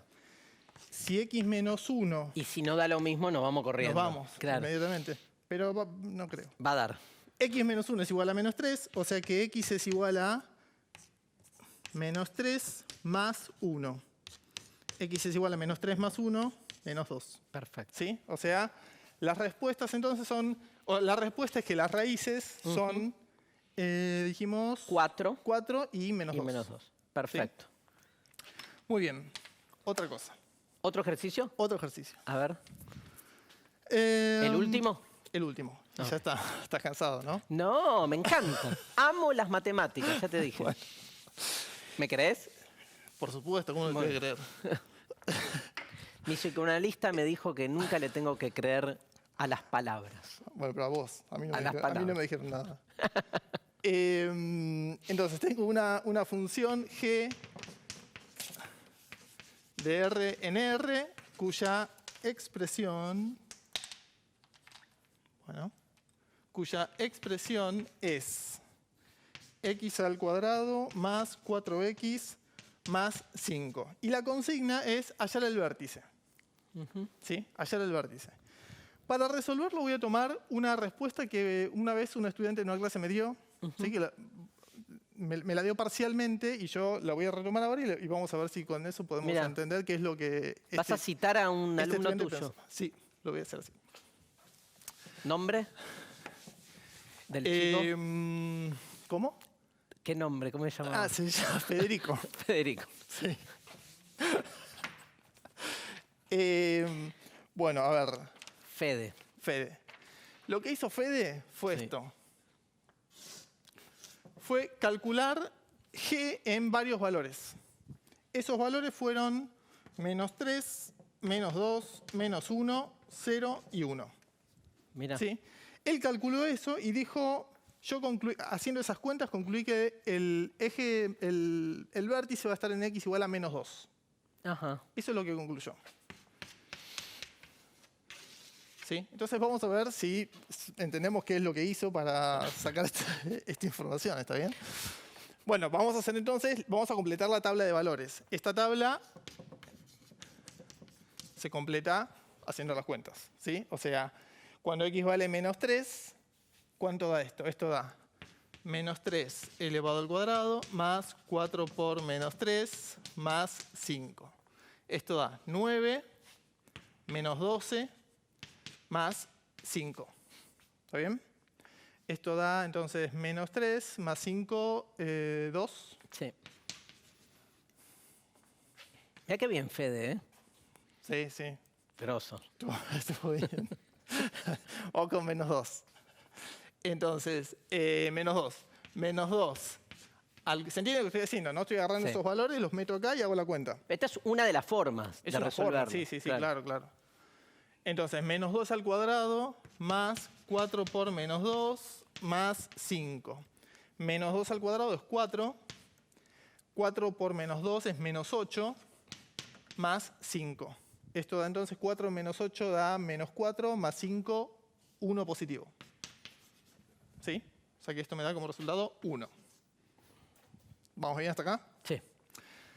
Voy a borrar acá. No, voy a borrar este. Seguimos con el -1. Evalúo esto en -1. -1 al cuadrado más 4 por -1 más 5. Esto da -1 al cuadrado es 1, 4 por -1, menos 4 más 5. O sea que esto da como resultado 2. ¿No? 1 menos 4 da -3 más 5, 2. O sea que esto da como resultado 2. ¿Sigo o no hace falta?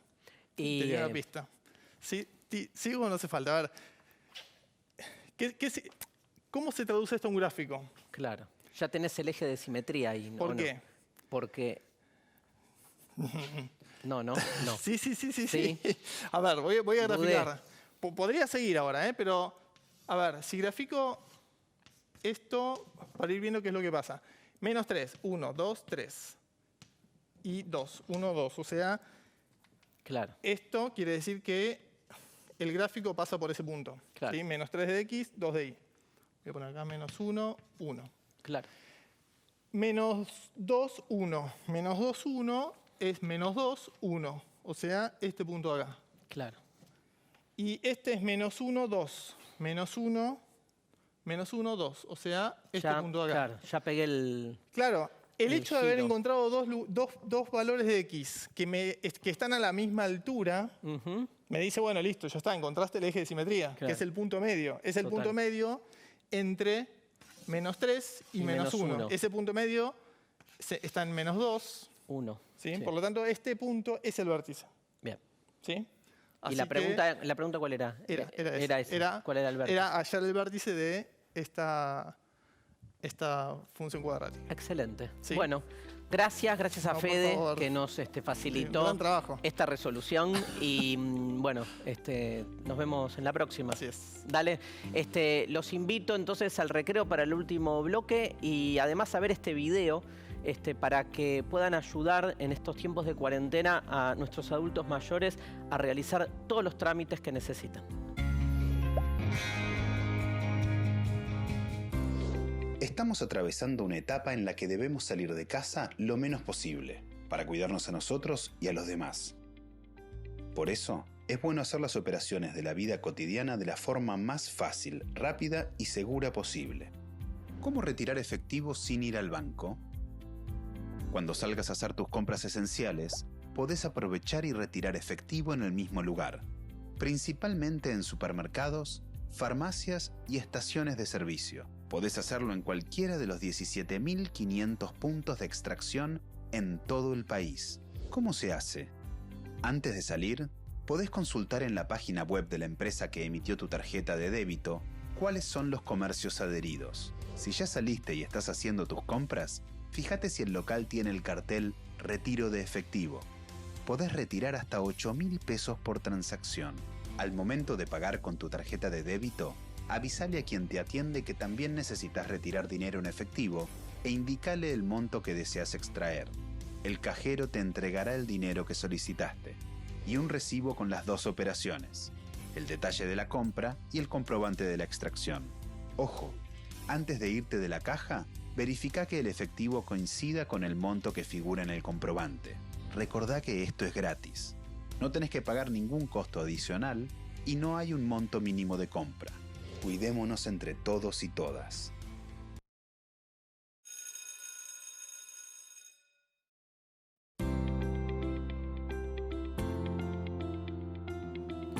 Último bloque de Seguimos Educando. Tenemos clase de educación física.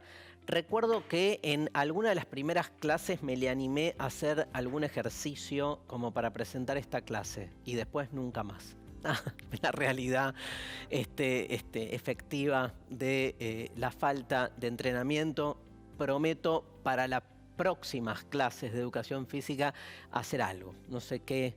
A veces hay como, yo hago gimnasia mental, que es como, bueno, el movimiento de las neuronas, pero creo que la profe Claudia me va a sacar corriendo. Así que nos metemos entonces de una en este video, clase de educación física, y volvemos para cerrar hoy con una lectura muy particular en función del día que estamos viviendo, fragmentos del diario de Ana Frank.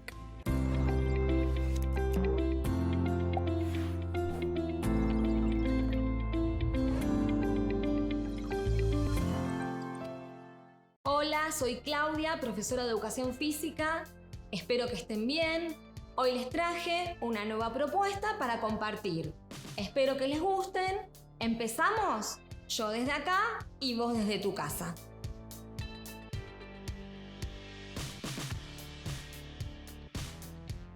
¿Por qué es tan importante hacer ejercicios de movilidad articular antes de realizar un esfuerzo? En las articulaciones están los sensores, receptores del sistema nervioso y son los primeros en alertar al corazón, al sistema nervioso simpático, para los cambios cardiovasculares que van a producirse a medida que suba la intensidad de ese esfuerzo. Por eso te recomiendo, antes de hacer cualquier actividad física, hacer ejercicios de movilidad articular. Ahora vamos a empezar con los ejercicios de movilidad que nos van a preparar para los siguientes esfuerzos. Aflojamos los hombros, hacia atrás, hacia adelante, circunducciones, hacia atrás, hacia adelante. Nos tomamos con las manos de los hombros y hacemos círculos, hacia atrás, hacia adelante.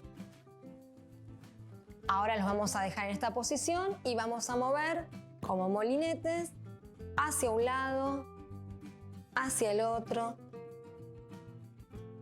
Movemos las muñecas hacia un lado, hacia el otro.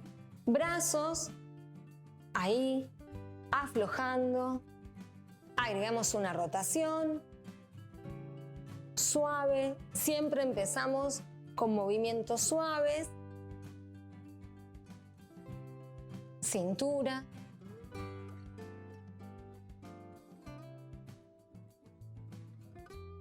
A un lado, al otro. Levanto un brazo y el otro. Suave. En diagonal, abro.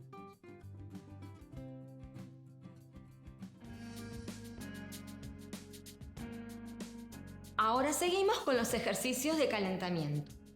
Son muy importantes porque preparan al organismo para los esfuerzos siguientes. Elevan la frecuencia cardíaca, estimulando al sistema cardiovascular, También aumenta el consumo de oxígeno, estimulando al sistema respiratorio. También estimula al sistema endocrino y al sistema nervioso. Son ejercicios muy importantes para que puedas tener un mejor rendimiento de los ejercicios que realices posteriormente. Vamos a empezar pasando el peso del cuerpo de una pierna a la otra.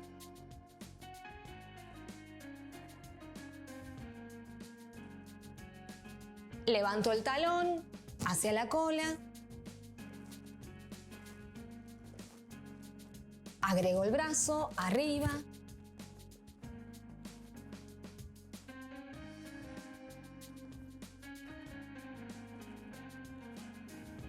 Cruzo.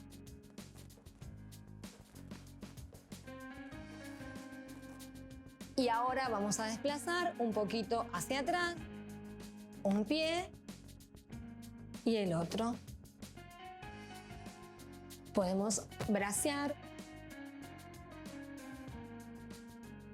Ahora vamos a hacer un ejercicio que es dar un paso hacia adelante, pateo y un paso hacia atrás. Pateo.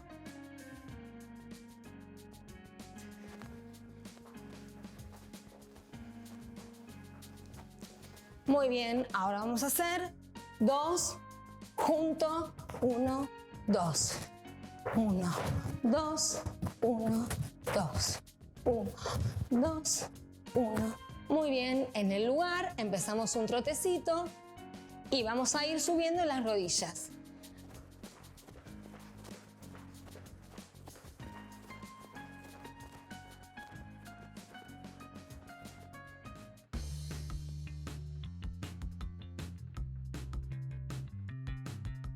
Es importante hacer actividad física, moverse, buscar cuáles ejercicios te gustan. Puede ser ponerte una música, bailar, hacer un coreo. Está en vos encontrar la creatividad para moverte y dejar el sedentarismo. Es una época para estar creativos y ver dentro de los espacios que tenemos para movernos, poder hacerlo. Busca dentro de tus conocimientos o tus posibilidades qué movimientos puedes hacer. Te vas a sorprender.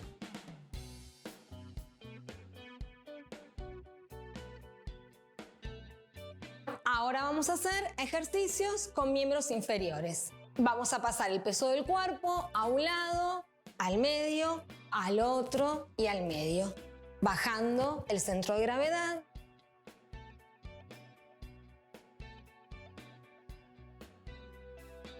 Ahora vamos a hacer piernas separadas, flexión y salto.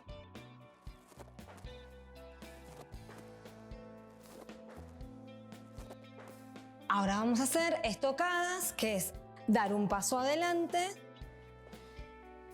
y junto.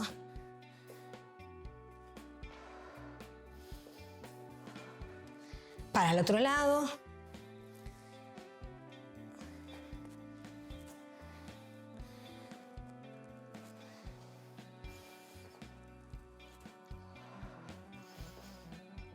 Ahora vamos a hacer una combinación que es una estocada doble.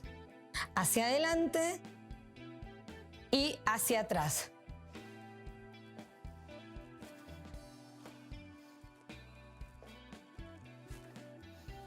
Y ahora vamos a hacer una combinación de sentadilla y estocada, que sería bajo, giro, al centro, giro, al centro, giro, al centro, giro. Ahora terminamos los ejercicios de miembros inferiores, fuerza de piernas y vamos a pasar a ejercicios de elongación y estiramiento de los músculos que estuvimos trabajando.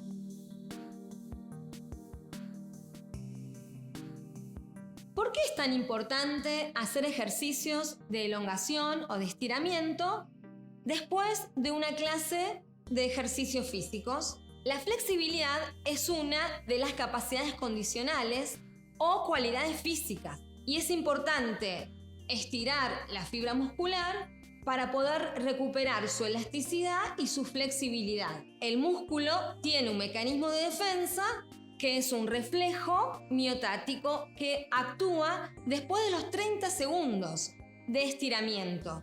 Para superar ese reflejo miotático, deben superar los 30 segundos de estiramiento. Y hacer ejercicios de relajación, bajar la frecuencia cardíaca, siempre nos ayudan para reponer, digamos, todo el desgaste que tuvimos en la actividad física que estuvimos haciendo. Vamos a ayudarnos de una silla para hacer estos ejercicios de elongación. Vamos a levantar la pierna y apoyar. Mantenemos tomando de la punta del pie y estiro.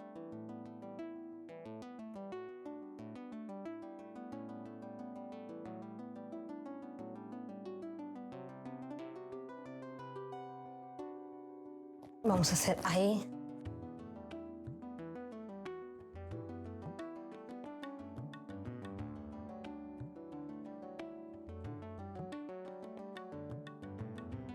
Subo, talones y bajo.